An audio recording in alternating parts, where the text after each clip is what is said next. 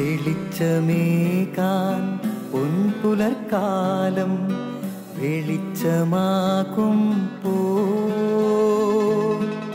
നുറുങ്ങുവെട്ടം പക്ഷിപരാഗം തെളിച്ചു കാട്ടുമ്പോ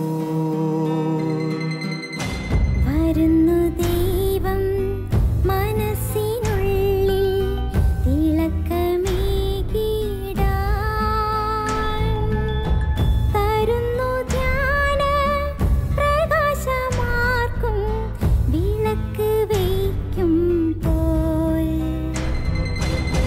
നുറുങ്ങുവെട്ടം ഇറങ്ങിടട്ടെ ഹൃദന്തമെല്ലാം യുഗപ്രകാശത്താൽ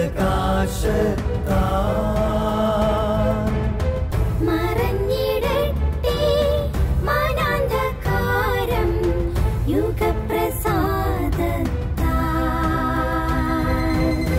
നുറുങ്ങുവെട്ടം.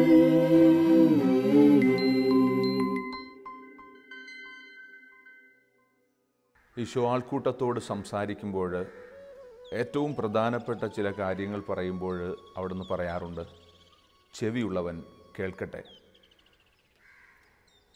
എന്തുകൊണ്ടാണ് ഈശോ ഇങ്ങനെ പറഞ്ഞത്? ഏതാണ്ട് സുവിശേഷത്തിൽ 5 തവണയോളം ഈ വചനം ആവർത്തിക്കപ്പെടുന്നുണ്ട്. ചെവിയുള്ളവൻ കേൾക്കട്ടെ. ഈശോയുടെ മുന്നിൽ കൂടിയിരുന്ന ജനക്കൂട്ടത്തിൻ്റെ ഇടയിൽ ചെവിയില്ലാത്തവർ ഉണ്ടായിരുന്നിട്ടാണോ ഈശോ ഇങ്ങനെ പറഞ്ഞത്? അങ്ങനെ ആയിരിക്കത്തില്ല. എല്ലാവർക്കും ചെവി ഉണ്ടായിരുന്നു. പിന്നീട് എന്തുകൊണ്ട് ഈശോ പറഞ്ഞു ചെവിയുള്ളവൻ കേൾക്കട്ടെ? അതായത് കേൾവി എന്ന് പറയുന്നത് ഈ ബാഹ്യമായിട്ടുള്ള അവയവമല്ല എന്നാണ് ഈശോയുടെ നിഗമനം. മറിച്ച് ഇത് ആന്തരികമാണ്. നമ്മുടെ ഉള്ളുകൊണ്ട് ഹൃദയം കൊണ്ട് കേൾക്കുന്നതിനെയാണ് ചെവിയുള്ളവൻ കേൾക്കട്ടെ എന്ന് പറയുക. ആത്മാവ് കൊണ്ട് കേൾക്കുക.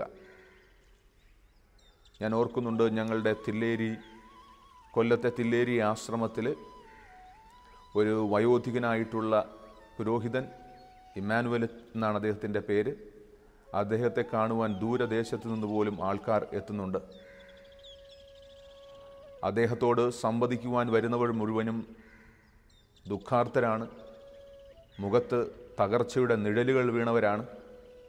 എന്നാൽ ഈ വയോധികനായ മനുഷ്യനുമായിട്ട് സംവദിച്ചു കഴിയുമ്പോൾ ആ മുറി വിട്ട് പുറത്തേക്ക് ഇറങ്ങുന്ന ആൾക്കാർ എന്തോ വലിയ മാറ്റം സംഭവിച്ചവരായിട്ട് പുറത്തേക്ക് വരികയാണ്.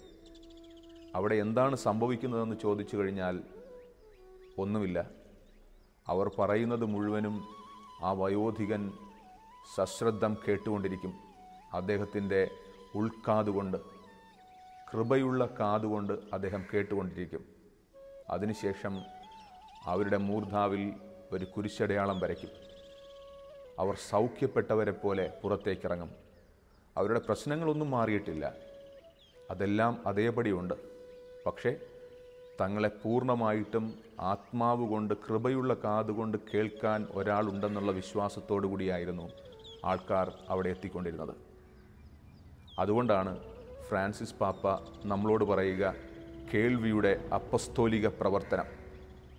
അങ്ങനെ ഒരു ശുശ്രൂഷയുണ്ട്, കേൾവിയുടെ അപ്പസ്തോലിക പ്രവർത്തനം. അവർക്ക് വേണ്ടിയിട്ടാണ് ഈശോ പറയുക, കാതുള്ളവർ കേൾക്കട്ടെ എന്ന്, ചെവിയുള്ളവർ കേൾക്കട്ടെ. ആത്മാവ് കൊണ്ട് കേട്ടുകൊണ്ട് മനുഷ്യരെ സൗഖ്യപ്പെടുത്തുവാൻ കഴിവുള്ളവർ. അപ്പോൾ നമ്മളുടെ ജീവിതത്തിലും ഇങ്ങനെ ഒരു കേൾവി നമുക്ക് വളർത്തിയെടുക്കാം, ആത്മാവിൻ്റെ കേൾവി. ഈശോയുടെ ഭാഷയിൽ ചെവിയുള്ളവർ കേൾക്കട്ടെ.